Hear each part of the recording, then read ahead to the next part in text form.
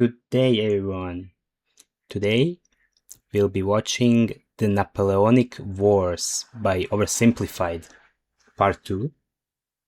Yeah, this is part 2. This video So, was made let's possible start. by Honey. Install now for free using the link below and start saving money when you shop online. After the Third and Fourth Coalition Wars, Napoleon had decisively defeated all three of his main rivals on the continent, Yeah. and he was now undoubtedly the master of Europe. After the Battle of Friedland, his Okay. Lower your ego. enemies sued for peace, and they all met on a raft on a river for negotiations. They had been fighting for the past 4 years, but now Napoleon and Alexander surprisingly got along like a house on fire. They laughed together, they chatted long into the night, they kissed. The two had What? They kissed? a Okay. lot of mutual respect, and Napoleon even told his wife that if Alexander were a woman, I would make him my mistress. Kind of a weird thing to say to your wife, Napoleon. In Yeah. I guess he had no friends. the end, they came to an amicable agreement. Russia would lose barely any land, and in return, they'd join France against the UK and invade Sweden. Win-win. On the other hand, Frederick William III was sidelined, and Is that Adidas? Yeah, most likely. Prussia lost an enormous amount of territory to French client states. Only the UK remained as the last major threat to Napoleon, and they continued to be a big thorn in his side, constantly funding his enemies and using their powerful navy to wreak havoc on French trade and overseas colonies. But what could Napoleon do? The British were safe across the channel. Well, he said, if I mean, cross the channel. I can't fight you with guns, I'll fight you with money. Earlier in 1806, Napoleon had announced the Continental System, a total shutoff of the UK from continental trade. No one in Europe was to trade with Britain, and Napoleon hoped that by hitting their economy, he could force them to negotiate. The British economy did take a hit, and they responded in their typical fashion, by going to Copenhagen and blowing a bunch of stuff up. Yeah, that worked in the past. But in general, the British managed to stay afloat by simply increasing their trade with other parts of the world. Many neutral countries found themselves stuck between a rock and a hard place as the two European superpowers demanded they cease trade with the enemy. Hey America, you better not trade with the French or else I'll come burn down the White House. What? This is gonna wreck my economy. I need to start saving money. How the heck am I gonna start saving money? No. Don't use honey. It's not great. I mean, it's not great, but it's scamming you, basically. And the people who use honey to benefit from it. So users and people who are giving you the code, you are both getting ripped off. Yeah, that's right. You know where this is going. Do you like shopping in store? Of course not. Then you'd have to get up and use your legs. Gross. Well, what if I told you you could save money doing your shopping from the comfort of your own outhouse, allowing you to upgrade your outhouse to a porta potty? Go you. Honey is a free browser extension that scours No, it isn't. Forget what he's saying. Scours the internet for promo codes and applies the best one it can find to your cart. Here I am buying 12. No, it doesn't. Let's skip this part. Honey.com/oversimplified to start saving money on your online shopping. It doesn't say money, and if it does, it's in a bad way. Now, where were we? Oh yeah, making peace with the Russians, a continental blockade, and blowing up Copenhagen. Sick of being blown up for doing almost nothing, and under significant pressure from Napoleon, the Danish officially sided with France. But Napoleon's blockade had the biggest effect on continental Europe, who were now cut off from a major trading partner, one that controlled the seas and held a rich, growing empire. And a lot of countries didn't fully comply. Portugal, a traditional British ally, refused to take part. No problem. Napoleon sent an army and invaded. But it wasn't just Portugal. Many of Napoleon's allies were also suspect. Your Majesty, it seems that Spain isn't properly enforcing your blockade. Spain? Why not? Well, it appears they've been trying to find a way out of being your ally since they lost their fleet at Trafalgar. What is with these people? It's almost like everyone's only pretending to be my ally because they know otherwise I'd beat them up. Do I Yeah, it's basically what you think. even have any real friends? Are you my... You have a wife. Friend Pierre, say yes or I'll slap you. Napoleon had come to mistrust his ally to the south, and in particular, Napoleon thought the Spanish royal family were an incompetent mess. All right, Carlos, you've got to get it together. How can I trust you when all you do is go hunting? Meanwhile, you let this ambitious nobody who dislikes me run the country. And you seem to be the only person in the universe who doesn't realize he's boinking your wife. And what's worse... Oh, that's not great. Who the heck are you? I'm the king's son. I just overthrew my dad. So, actually, now I'm the king. Okay. You people are the biggest cluster of shameless, narcissistic idiots and all around just the worst people I've ever met. I think it could also be the same set for you. Here, have a Kid's Choice Award. French forces, many having conveniently already entered Spain to invade Portugal, occupied Spanish forts, and Napoleon invited the Spanish royals to France to help mediate their differences. All right, we're here with the royal family of Spain. So, Fernando, you've been accused of plotting against your father and vying for the Spanish throne. What do you have to say for yourself? Well, Napoleon, I just think great. Well, I've got the test results right here. Fernando, in the case of the Spanish throne, you are not the king. And Carlos, Oh no. I guess he's the king. you are also not the king. I'm the king. Of course he is the king. Actually, Napoleon made his brother the king, but for all intents and purposes, Spain was now his puppet. He expected the Spanish people to be over the moon at the removal of their unpopular royal family. Imagine his surprise when it turned out that people don't really like to be subjugated by a foreign power, least of all one who had previously attacked the Catholic Church. And so the people of Spain revolted. Yeah, that's kind of this French thing, but okay. Brutal fighting broke out as bands of armed Spaniards ambushed French troops across the kingdom, and vicious atrocities were committed on both sides. In addition to fighting the regular Spanish and Portuguese forces, the French had to contend with tens of thousands of guerrilla fighters throughout the Spanish countryside. The British even took the opportunity to land an army led by the future Duke of Wellington. And now? Napoleon, what are you doing?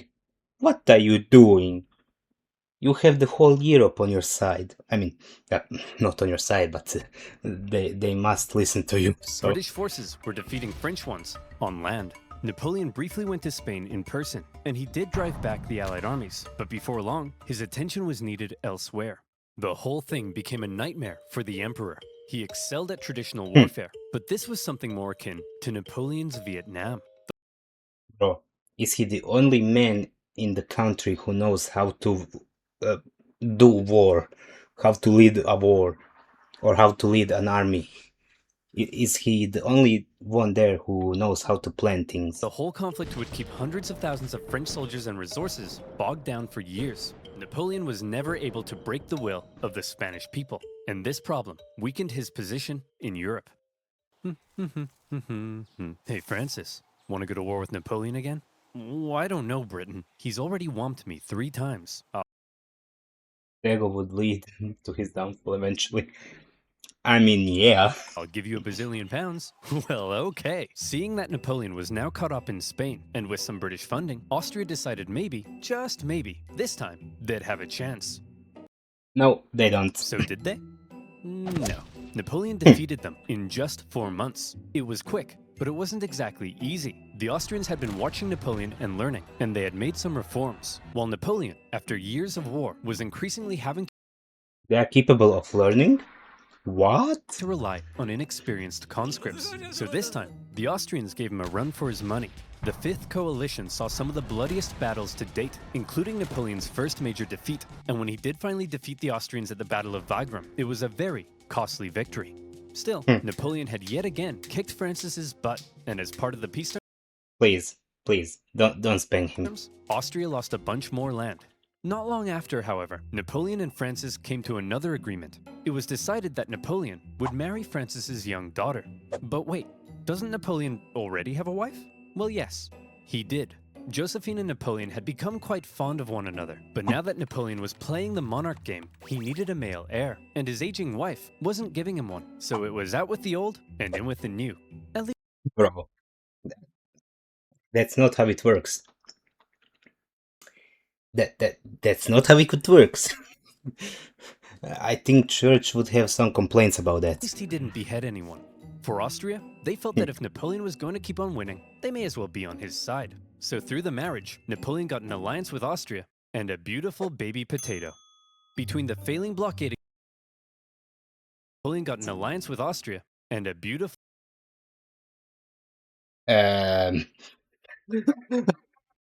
Who drew that kid? Why does it look like that? Uh, why does it look like that?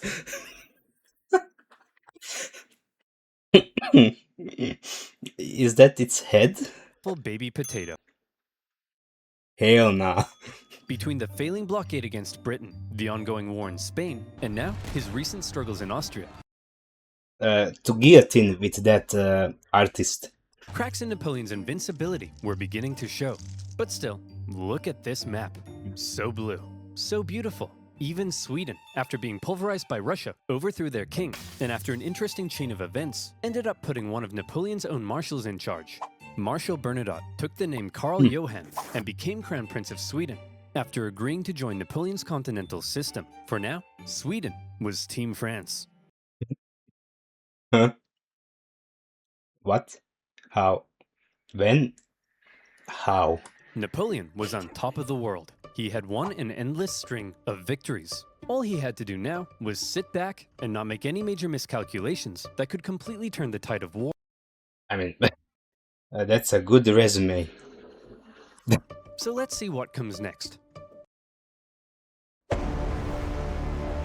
France's alliance with Russia was a terrifying prospect. Together, the two could have been unstoppable. But unfortunately, the alliance didn't last. The Russians felt they weren't getting a fair deal. Napoleon's Duchy of Warsaw right on He decided to invade Russia in winter.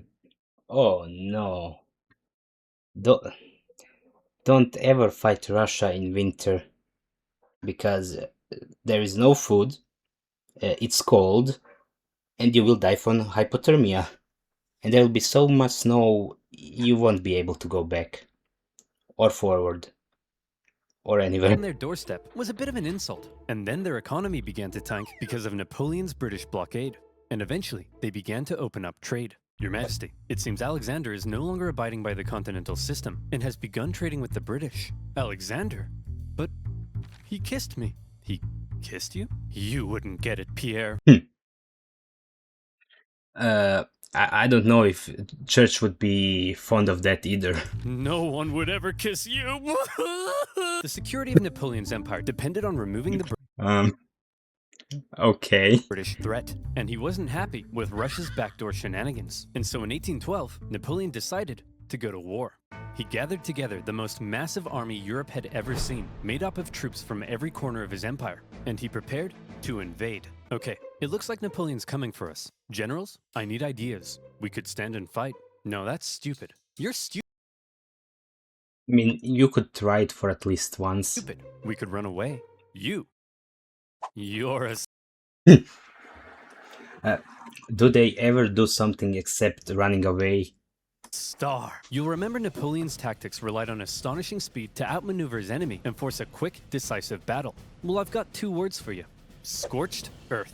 If his opponent retreated while scorching the earth, his men couldn't live off the land. And if his men couldn't live off the land, he needed his supply trains. And if he needed his supply trains, he couldn't move quickly. And if he couldn't move quickly, he couldn't outmaneuver his enemy. And if he couldn't outmaneuver his enemy, I think you get the point. Well, there is one thing about humans. They can survive up to 3 weeks without food, no problem. 3 months, survivable. Much more, I don't know. Napoleon launched his invasion and hoped for a quick battle, but all he could do was try to catch the retreating Russians while moving deeper and deeper into hostile territory. As he went, the horribly hot summer devastated his army. His men died of heat, exhaustion, and disease. What? Russia is cold, hot in summer? I didn't know that. Supplies began to run out, and his men began to starve. Many deserted, and still the Russians continued to retreat. Numerous times Napoleon considered turning back, but that little voice in his head kept on telling him, keep going, just a little further. And don't worry, you're definitely average height He's delusional. for the time. He nearly caught the Russians at Smolensk, but it was his birthday, so he had a party instead. When he finally What? Is that for real? Is that the part of history? No, it can't be. It must be made up for video. reached Moscow, he predicted the Russians wouldn't be willing to give up such a historic and holy city without a fight. And he was right. The Russians finally turned to face him for the single deadliest day of the Napoleonic Wars, the Battle of Borodino. The Russians fought valiantly, and as he got older, Napoleon's battle tactics seemed to become a little less refined and a little more run straight at the enemy, try not to die. He Yeah, I think everyone has that tactic in their mind. launched a full frontal assault at the Russian defenses, and as a result, the death toll was colossal. The Russians eventually decided to retreat, leaving Moscow to fall into Napoleon's hands. Quick, the French are taking the city. Release all these prisoners immediately and tell them to burn it to the ground. Well, Jimmy the arsonist, you are not going to believe your luck. Moscow Well, they got a guy for that. went up in flames, and as Napoleon entered, it became very clear his army wouldn't be able to stay there very long. But he had just defeated the Russian army and taken their most beloved city. In his mind, he had won. So he sent Tsar Alexander in St. Petersburg a letter. Your Imperial Majesty, Napoleon requests your surrender. How shall I respond? You shan't, Dmitri. Ever? Ever. You shan't? You shouldn't. Sadly, they didn't burn it fully. I mean, the city still exists. But, Your Majesty, it will be winter soon. The French forces are stuck Also, can you tell me if my mic is too loud? Because I messed with my settings, so I don't know if it's speaking too much. 500 miles into Russian territory with dwindling supplies. If we don't say anything, well, then they'll all die. Oh! After waiting for a response for about a Okay, thank you for feedback. month, the first snow of winter began to fall, and Napoleon sensed the catastrophe that was about to unfold. He decided His spidey senses are a bit too late. their only choice He's too old. now was to get out. And that's when it happened. It got cold. Stupid cold. His glorious invasion had just become a race for survival, as the Russians realized the French were fleeing for their lives. I remember when I was in third or second class, I have gone to school without gloves. I arrived to school with a light frostbite on my fingers. So yeah, in 2000s, 2010, it got stupid cold. Now, except you live in Siberia or North Pole, you aren't going to freeze to death. They began to close in on their supply line. Men froze to death, their horses as well. There was starvation and disease. The injured and dying could only be left by the side of the road, as it was too slow to try to carry them. There is nothing we can do. And all along the way, the dreaded Russian Cossacks stalked the bleeding French army, and every now and then swept in for a quick attack. Napoleon, fearing capture, kept a vial of poison around his neck. At one point, the Russian armies nearly trapped him against the Berezina River, but a little Napoleon cleverness gave him the old Geoffrey juke, tricking them into thinking he was going south and then escaping across rapidly built pontoon bridges to the north. When the Russians realized where he was and began to close in, the French burned the bridges before everyone could cross. Hundreds drowned, and thousands were captured. At this point, Damn. Napoleon got wind of plots against him forming in Paris, so he abandoned his men and went back to France. The remaining French stragglers made it across the border. It's been estimated over 600,000 men went into Russia. Well, he was a good leader at the beginning. Now he's now he's just like any other general. Less than 100,000 returned. Napoleon was now in a very precarious situation. His army had just been obliterated, and the other European leaders smelled blood. Here was an opportunity to take advantage of a weakened Napoleon, regain territory and influence, and liberate Europe from his dirty French paws. And so, they began to turn. Prussia soon broke their alliance and switched sides, while Austria declared neutrality. Even Sweden, led by one of Napoleon's old marshals, joined the Allies, partly due to Napoleon's earlier invasion of Swedish Pomerania. The War of He took that bit of land and bro said, "Now you done it." the Sixth Coalition had begun. The coalition forces had been reforming their armies, and they were now much better. And the UK had also significantly amped up its financial aid to its continental allies. Their armies quickly advanced through Poland and into Germany. In Paris, Napoleon was understandably freaking out. He needed to put together a new army fast, and he called up over 100,000 new conscripts, mostly teenagers. He also put his factories into overdrive, and he was like, "You, make more rifles. You, build new cannons. You, make more horses. I don't make horses. Then who makes horses? Horses make Well, yeah, horses make horses. horses. Explain how. Well, when a Uh, Napoleon, where were you doing the school? And how do you have a kid and not know that? Huh? What is going through your through the head of yours? daddy horse and a mommy horse love each other very much. Yes, go on. Well, then No, don't go on. the daddy horse. I'm sorry, Napoleon. You're 43. I thought you'd know this stuff. Don't touch me.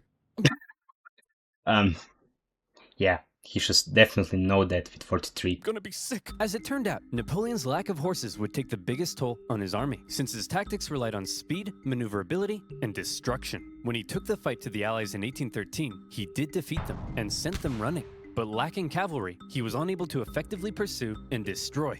He needed horses. For the Allies, being defeated in battle by a man whose army was now full of inexperienced conscripts was concerning. So both sides were like, hold up, time out. The Allies were somewhat Okay. cornered, and had Napoleon kept going, it's possible he could have won. But instead he agreed to a brief truce with the Austrians mediating between the two sides. When Austria demanded Napoleon make major concessions, Napoleon told them to shove it. Having had their terms rejected, Austria felt now they were justified in saying, well, we tried, and they joined the coalition. Okay, everyone, look at us. The boys are back together, but Napoleon is still dangerous, so we need a plan. Any ideas? Ooh, I know. We run away. No, forget it. That's stupid. Oh, no. I've got it! When he approaches, we run away. Genius. You're a star. He's a genius. The plan was as We can watch that video after this one. follows. Wherever Napoleon advanced, whoever he advanced on would avoid battle, allowing the others to sweep in from the sides and attack the French marshals guarding his flanks. Essentially, the plan was, don't try to fight Napoleon. And this Okay. plan worked tremendously. The Allies scored a number of victories that saw Napoleon move back to the city of Leipzig, where he would make one last major stand as the Allied armies converged in on him from all sides. The stage was set for the biggest and bloodiest battle of the Napoleonic Wars, the Battle of Leipzig. Never heard of it. Almost 500,000 troops from over a dozen nations stretched across the battlefield. The French found themselves fighting on all sides for 4 days against the Austrians, Prussians, Swedes, and Russians. It's no wonder Okay. So it's 1 against 4 fight. this battle is also sometimes referred to as the Battle of the Nations. The French fought ferociously, but ultimately were no match for the coordinated efforts of the coalition. At one point, in the midst of battle, Saxon troops allied with the French had a team huddle and were like, hey guys, I'm pretty sure the French are losing. Let's switch sides. And so they did. When it became clear that Napoleon couldn't win, he ordered a retreat across the only bridge over the river. The Allies swarmed into the city, and desperate fighting raged in the streets. Okay, Corporal, after everyone has crossed the river, I need you to blow up the bridge. Okay? Not before everyone's crossed, after. You got that? Yes, Colonel, I'm not 5. I can comprehend time. Are you sure about that? Good.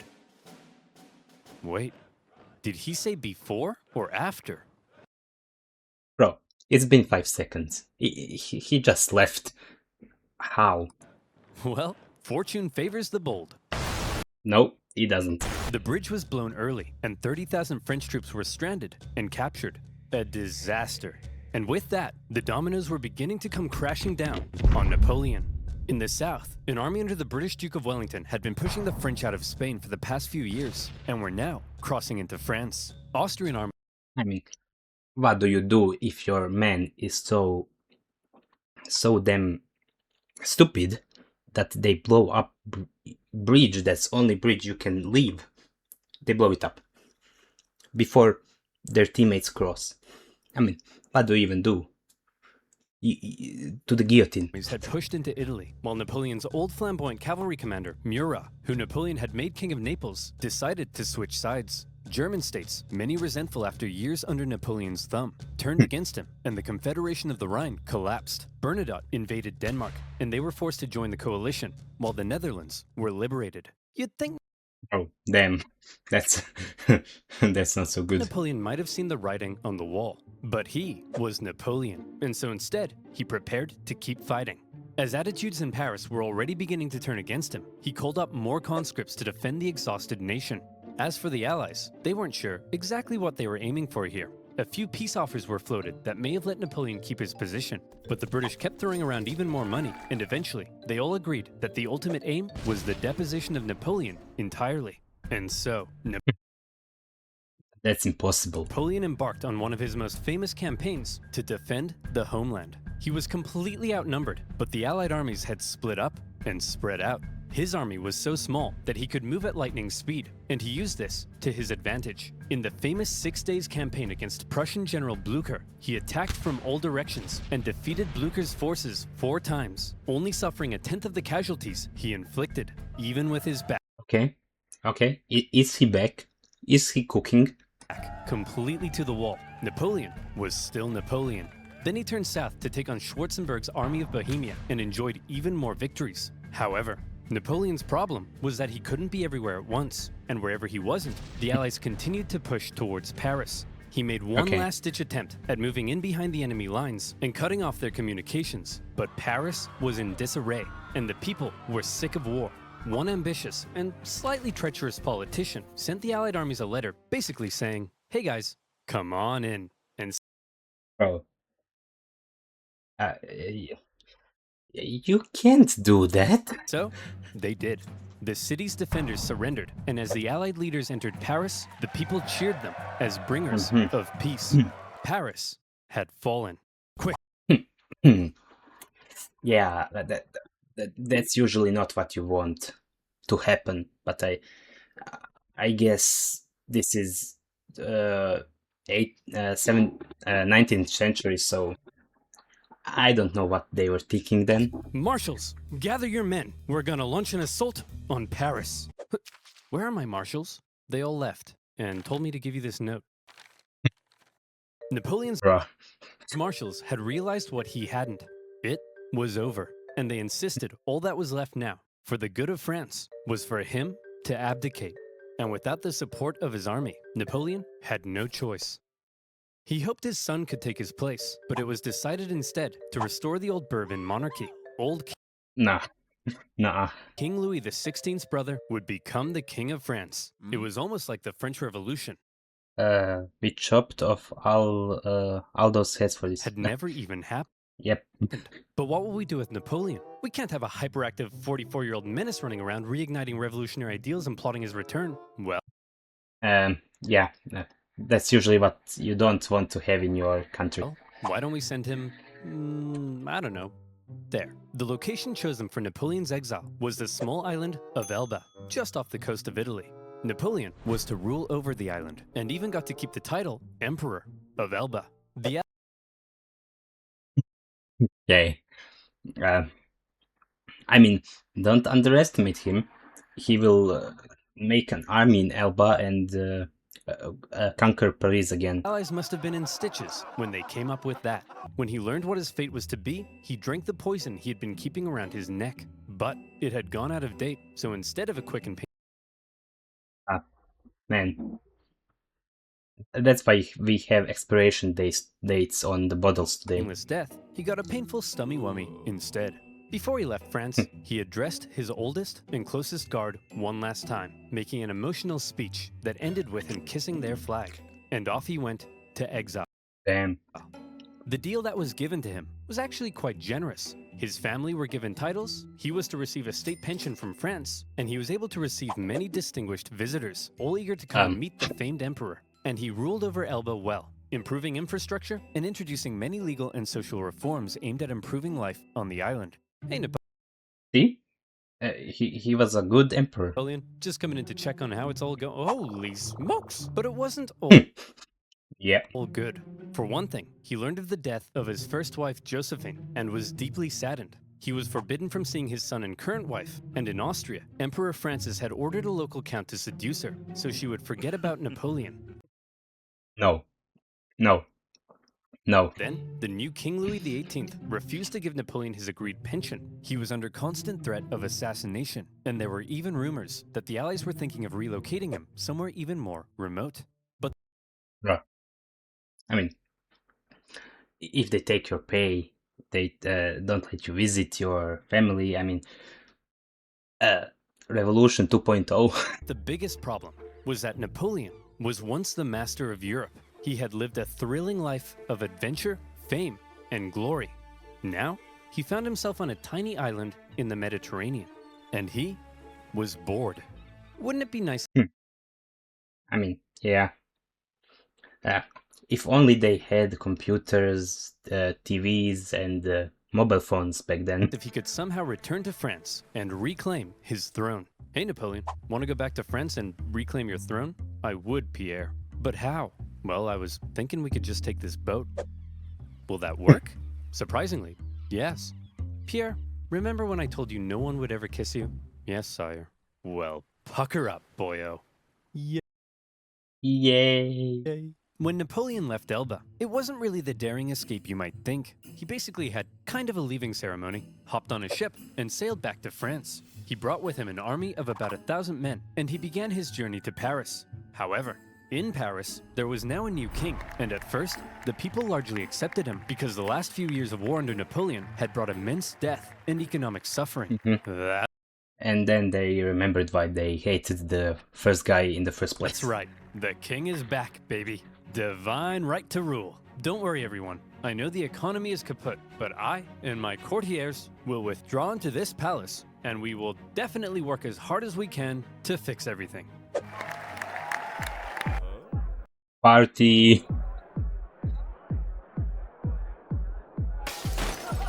Oh, yeah. That's why we got rid of the king. As the Bourbon... Yeah. That's why you have history today. Why everything is documented. Because you don't make the same mistake twice. The monarchy began to look more and more like a return to the past, and the returning nobility seemed hellbent on regaining their lost privileges. The people weren't too happy, and so Napoleon hoped that his glorious return would be met with jubilation. In the end, the reaction was a little mixed, but many were happy to see their old emperor. Your Majesty, it seems that Napoleon is back and marching this way with 1,000 men. That guy? No problem. I have hundreds of thousands of men. Send them to arrest him. You are dealing with Napoleon, sir. Your Majesty, it seems the thousands of men we sent to arrest Napoleon have... Joined him, yeah. I mean, that's expected. all joined his side. Well, I'm off to Belgium if you ever need... Yeah. It was great knowing you.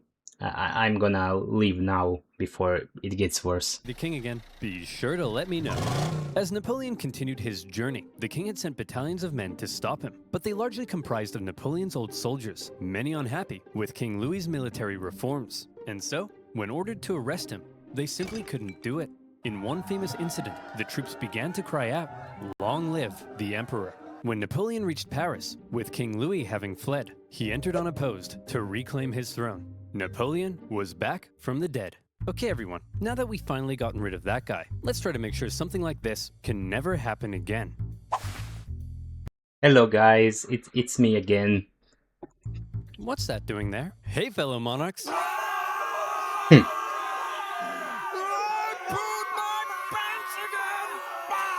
This time, Yeah. Napoleon promised he would be a mucho good boy and not start any wars. But the Allied leaders were having none of it. They declared Napoleon an outlaw and the illegitimate ruler of France. Then they declared war, not on France, but on Napoleon himself. And when you have multiple empires declaring war on you as an individual, Them. You achieved what no one could.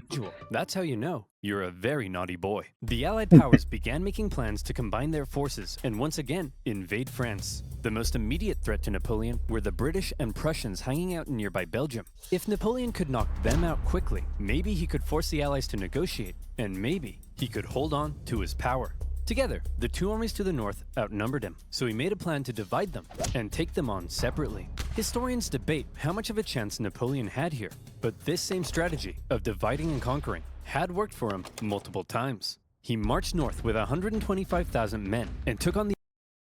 Let's see, how good can the people from 19th century detect the pattern? Because this is not first time he tried it. You should know what's coming. The Allies in a number of initial engagements, defeating the Prussians before turning to take on the British.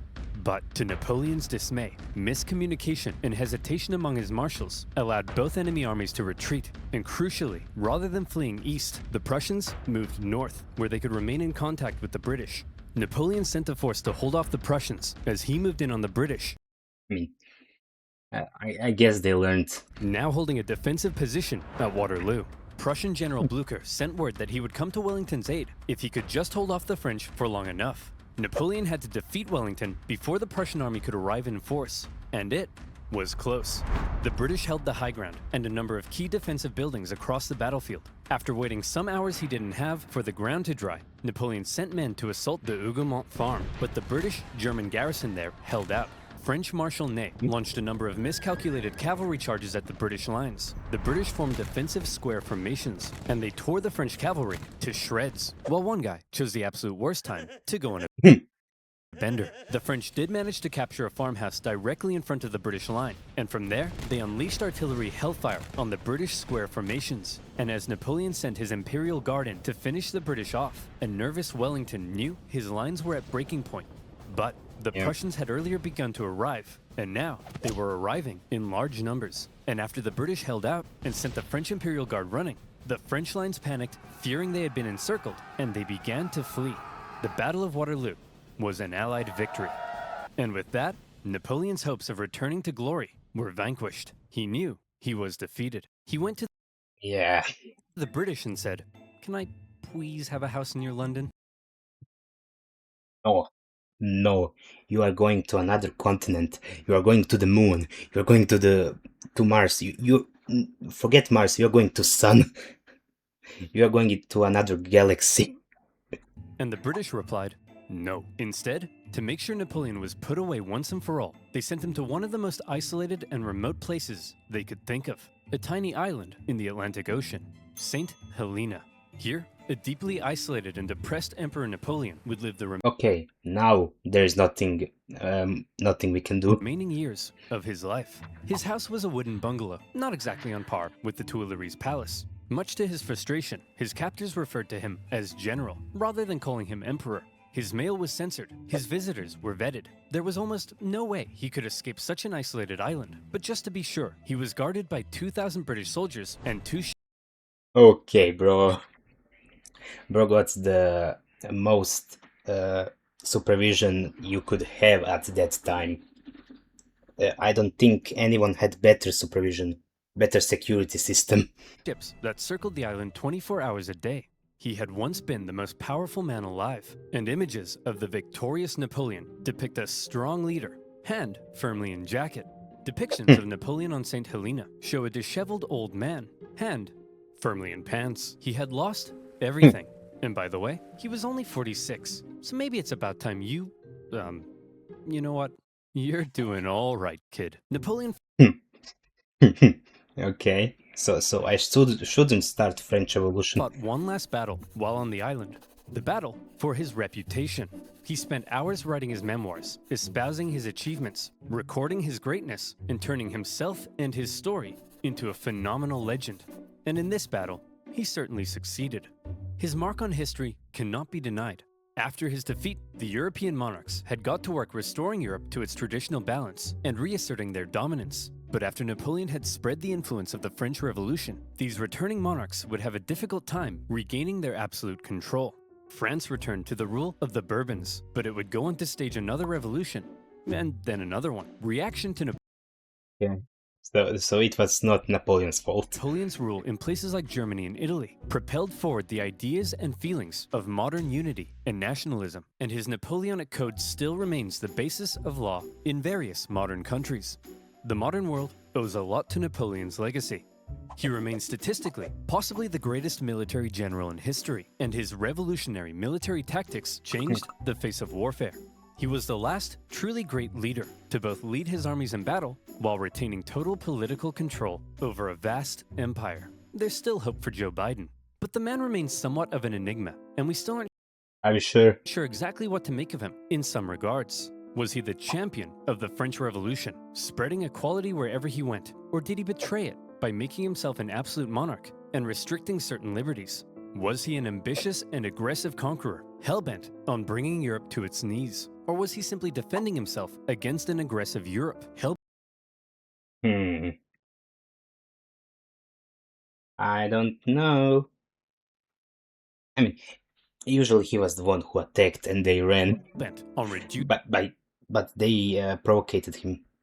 They poked him. He just reacted, and he's an apex predator.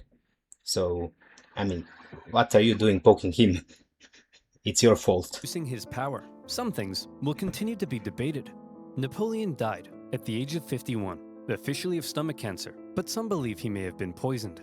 The British buried him in a tin coffin, inside a mahogany coffin, inside a lead coffin, inside another mahogany coffin. They made they made sure he isn't waking up and starting another war in Paris. I guess this time, they wanted to make sure he stayed where they put him. In 1840, his remains were moved to Paris, where they now rest under the dome of Les. They couldn't stop him coming to Paris again. But this time there was no war, no another revolution. So I guess it was success. Invalides, the man from humble origins, with huge ambition, ruthless determination, immaculate skill on the battlefield, and a hefty dose of luck, who was determined to make his mark on history, did just that. Nah, that was zero luck, 100% skill. There is no immortality, he said, but the memory that is left in the minds of men. And in that sense, Napoleon knew he would live on forever. Oh, and to reiterate, he was definitely average height for the time. Okay.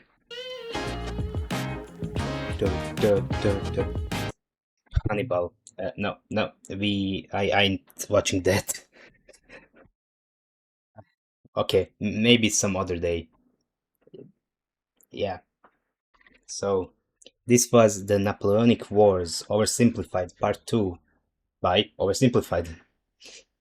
The video was alright. I mean, I'm not very much into history, but this video is very, very good because it somehow maintained my concentration, and I usually can't concentrate during history lessons. You can teach me math, physics, chemistry, and I would keep up. But if you try to teach me history, I'm out of the window.